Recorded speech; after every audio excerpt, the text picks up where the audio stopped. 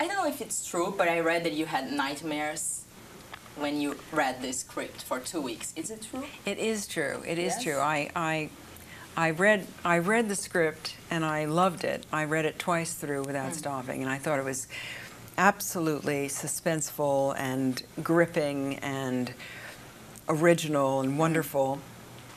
But my subconscious, I think, was really terrified just at the idea of, you know, the first scene starts with a little child's coffin, and there's so much you don't know.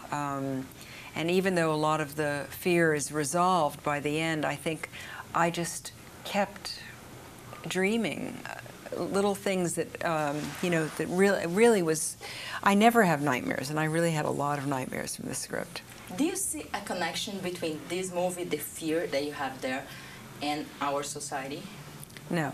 No? No, I don't, because I think in real life, I think one kind of feels that the state of the world is partially our doing. In other words, if problems arise, it's not because we're completely innocent, that we're all involved in this together, the good and the bad, whereas in a script like this, the people seem so vulnerable, and they seem to be just trying to live very simply and peacefully within the confines of their village, and yet they're not left in peace. So I think it's a very different feeling, at least it is for me. Although the fear, the fact that these people are living in so much fear, that's similar. How do you choose your characters? Because you did a lot of different things. And how do you feel in love with a character and say, this I want to do? Because I read that you said, I prefer small parts than huge parts that doesn't mean anything to me. Well, I think what I meant was that I fall in love with a story, and if it's a story that I think is something I would want to see, something original, something that is very good and charming or interesting or whatever.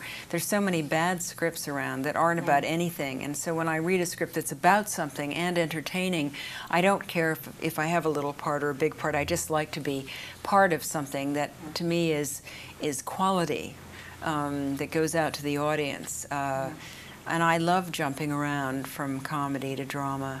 So the part is the last thing I worry about. I think about the story, I think about the director, and then the part, I just figure whatever part I have, I'll make that work, you know. Okay, and how was to work with Mr. Shyamalan?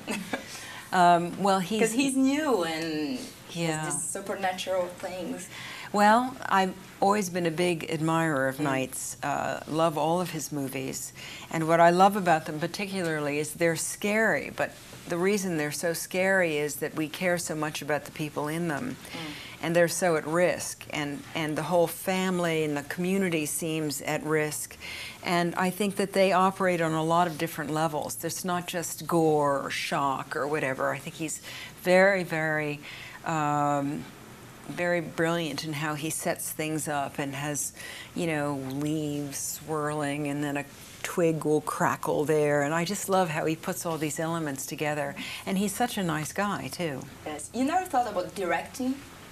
I have thought about directing, but you have to tell a lot of people what to do, and I'm not really good at that. I'm married to a director, and I don't even like it when he tells me what to do. So I think I don't think I have a big enough ego to be a director. You have to be very, but you never know. I mean, I think if I directed, I would start directing either something I didn't think anyone else could do as good a job, a small movie, or I would want to direct something like The Tempest on stage, you know, something wonderful and classical. Okay. I hope to see your movie or you in your movies, comedies. We love in Brazil. Oh, thank you.